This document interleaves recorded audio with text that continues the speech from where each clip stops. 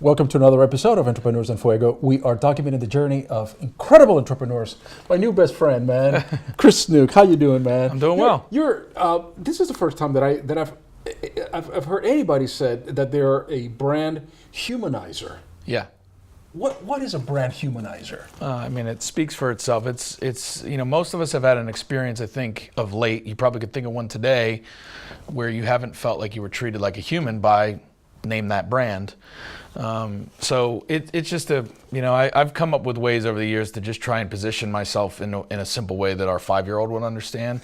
He doesn't really know what a brand humanizer is, so I haven't done a good job with that yet. But it's to look at the brand and the interaction with a customer from the customer center point of view. I mean, that's really the center of our work. Anything that we invest in, anything that we do, any agency type work that we do is really about how can I make this brand more human in a world that's more digital and wonderful in the sense that it's digital, but at the same time, all these new efficiencies have created challenges as well.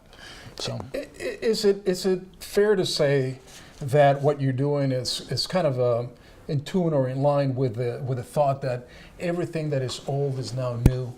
I mean, it comes around, right? I mean, well, human beings haven't evolved for 50,000 years, right? So we've got 10,000 years of recorded history that let us know that our software hasn't really had an upgrade. If you've ever seen Peter Diamandis speak or any of those guys on the future stuff, they joke about that our Moore's law every 18 months for the last 30 years. Sure. The speed of a processor has doubled and at less the cost or half the cost. Yep. Yet our brains are evolving. We're still not far out of the cave, as my friend Rebecca Costa would say.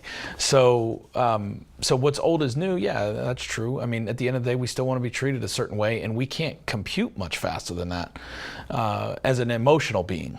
And so. Correct. We have all these new efficiencies, and we're hyper-connected but under-related, and that's why. And this is for you. This is Digital Sense, the new book. But that's why what we're trying to do is bring digital sense to brands, to human beings, to people that work at companies, because we all live in this world, so we all experience it. There is no out there, right? I mean, we all buy stuff every day, we consume stuff, and we sell stuff as entrepreneurs. And so we're just trying to help brands think about how they can do that and how entrepreneurs can do that as a competitive advantage. Digital Sense, the common sense approach to effectively blending social business strategy, marketing technology, and customer experience. Yep. As customers, we continuously want to have an experience, not just buy from XYZ brand, but we want to have some type of interaction, some kind of experience, creating some type of interaction between the service provider and ourselves, right? Yeah. Well, I mean, so your audience is, I want to make the answers as relevant to your audience as possible, and I appreciate you having me on. What are people looking for from your feedback loop? Like, are we talking about solopreneurs? Are we talking about small business owners primarily? I mean, who am I answering this for? Because I think, there's a lot of ways to look at this, but I want to make sure that your audience, can have it in a way where they go, I could apply that today. Like, I wasted 15 minutes of my day. Oh, no, I didn't. I got 15 minutes of value. Right. So, because this is the thing, right? This is about your journey. And this really, the show has 3 purposes for existing, and one of them is because your story as an entrepreneur. I mean, why didn't you become an architect? Why didn't you become a pilot? Funny enough, I thought about being an architect. See, at one point. I read minds, man. I read minds. You got to I was 14 years old, and this is part of the journey. So my father was a teacher and a coach. My mother was kind of like she would have been perfect for the gig economy, but it didn't exist back then. She was one of those, she stayed at home, but she really did like a bunch of little freelance things. And so we didn't have an entrepreneurial growing. I thought if you were rich, you were a doctor or a lawyer. I mean, that was what I saw. And rich was like $150,000 a year. It wasn't like, millions. That was my growing up. So I was a football player. I liked playing football. I loved it. It consumed me all the way up until I was, done college. And I knew it wasn't going to last. I wasn't delusional about it. I just loved it. And so I was looking or worried about, probably at age 23, 24, I was worried about whether or not something was ever going to fill that void. And I did not think to know, hey, I want to be an entrepreneur. This was 97, 98, right? So there was no one, it wasn't cool to be an entrepreneur. back then. Like that meant you just couldn't get a job. So I read a book and started reading more books and listening to stuff on tape, as old guy as that sounds. And I just got a thirst for it. And so I kind of fell into it that way. But I was 14, taking it back to the architect, when I was 14, I was like doing this project for school and they said, what do you want to be? And I was like, I think I'm an architect, because I always wanted to build stuff. I thought that was cool. So I started doing all this research, and they had these like little profiles, and it said, architects will spend long hours behind the drawing board, right? And immediately like, well, I'm not doing an architect because I won't be able to play catch or whatever with my kid.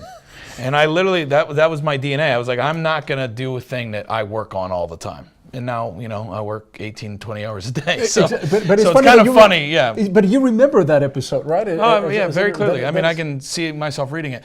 And I wouldn't have been a good architect, I don't think, in the sense that I'm a different kind of builder. Like, I like to engineer deals, I like to engineer value, but so it wasn't wrong, but that wouldn't have been a career for me. This is what I'm built to do, is, put people together, find deals, and that's kind of been my journey.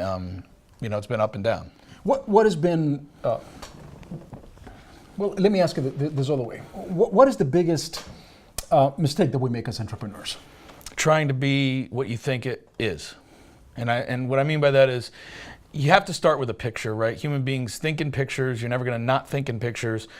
And so when someone says entrepreneur, right now, everyone listening to this had a different picture on the screen of their mind. Some people saw Mark Zuckerberg, some people saw themselves, some people saw, a sales guy, some people saw a woman on Etsy. Like, everyone sees something different.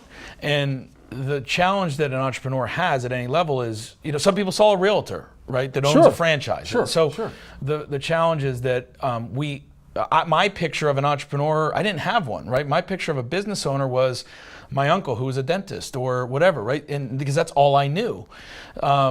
But you didn't think of him as an entrepreneur. You saw him as no, I would have never used that word. Right. I would have never used that word. Okay. But again, that word wasn't popular back then either, right? That wasn't the word we used. So I think when you think about a word like entrepreneur or founder, you have to be very careful. Being entrepreneurial is I think where the focus should be. So entrepreneurial tendencies manifest themselves in a lot of different ways.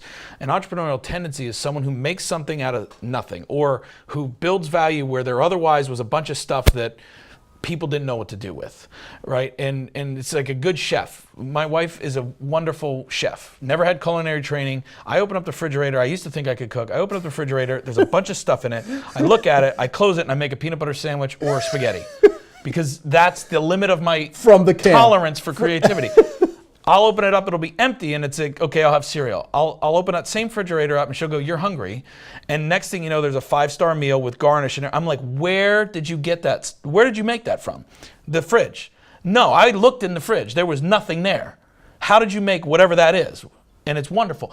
So an entrepreneur does that, right? Now, you can have entrepreneurial tendencies and do it in your kitchen. You can have entrepreneurial tendencies and go buy and become the next Zuck, if that's your thing. But the hardest part is figuring out who you are and what you're built to do and what you love to do. And usually they kind of usually what you love to do, they say do what you love. I don't believe that. I think you can do what you love and fail. But what'll happen is, if you find a thing you're good at, you'll get better at it because you'll put the time in. And then when you find a thing that you're good at that someone will value, and then there's that center point, right, where the market will value it, you're good at it, and you love to do it, and that's what you should do.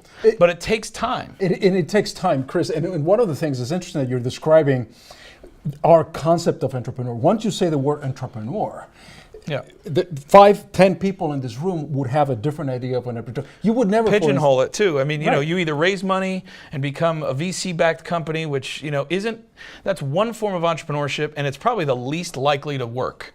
Statistically, you're least likely to raise real money as an entrepreneur from venture capital or whatever than you are to go start a business where you just find something to sell and find people that want it and then get more of it, right? But it's sexier to go say, I'm raising $5 million in venture capital. Once you raise that money, most entrepreneurs, especially if they haven't done it before, think, oh, I've raised $5 million, now I'm an entrepreneur. No, now you have to turn that into $50 million for the investors. So you didn't take it on as debt, you took it on as equity, but it's the same because they put $5 million in you thinking that they're going to create a 10 to 20x. Now you have, right. So now you work for someone else right? Technically. Yeah, you bet. And there's You nothing bet. wrong with that, but you work for someone else and you have this over your head. And the percentage of success rate on that is in single digits, right? So Sure. So if everyone thought that was the only way to be an entrepreneur, we would have nothing. We wouldn't be eating across the street after this at a great restaurant. And if what you thought as an entrepreneur is I got to go buy a franchise or go start a restaurant or have employees, then that's not good either. Because what if now you live in a world where you can be cute, take pictures of yourself and your family, and get 1 million followers on Instagram and get brands to pay you to push their product, right? That's So an you entrepreneur. live in a world where you can pretty much do anything you want, but you have to understand what your value is, who cares about it, and is willing to transact. The best advice that you received as an entrepreneur. Best advice that I received. That's a good question. I can think of a lot of things I've learned, either from not listening to people or not. Come back to me on that one. That's a good one. I'll try and think of that. No, that's all right. I mean, let's put it this other way, right? I mean, you've failed, you've succeeded. Mm-hmm. The biggest lesson that you learn in your journey that you wish you knew then that you could apply to. I don't know that I wish that I knew it, but it is a very clear one. The biggest lesson I've learned is that I could try and convince myself to be something else, but I am not. And I think the lesson that is that there was a point in my time where part of how I was making money was trying to convince other people to pick a certain path of entrepreneurship. And I don't think that was wrong. It just, what I've realized is that you can't just make yourself this. I'll go back to the football analogy. I played football. I didn't sit there and decide to play football because I wanted to get hurt or wanted to bang myself around. I just felt like I started playing it. I liked hitting people, sick as that sounds. I liked the game. I played against guys that were better athletes that literally didn't last through training camp because someone hit them across the mouth, knocked them out, whatever it was, and they decided this isn't for me. And that doesn't make them wrong. That just makes them self-aware, right? And so as an entrepreneur, I think what I've learned and the best advice I could give anybody is don't try and don't think you're wrong if a certain version of this isn't for you, right? There's certain things I'm not willing to do as an entrepreneur that I respect in other people. Like I'll look at an entrepreneur, and I won't name any names, but I'll look at entrepreneurs and go, wow, I respect and admire that person. I have no interest in being like them. Got it. And I think that that's something that people should start to think about. Cool. Like, any regrets? no, I mean, definitely a lot of decisions I would make differently, but no, I don't have any regrets. Not yet. Thank you. I appreciate it, man. With that, we're out.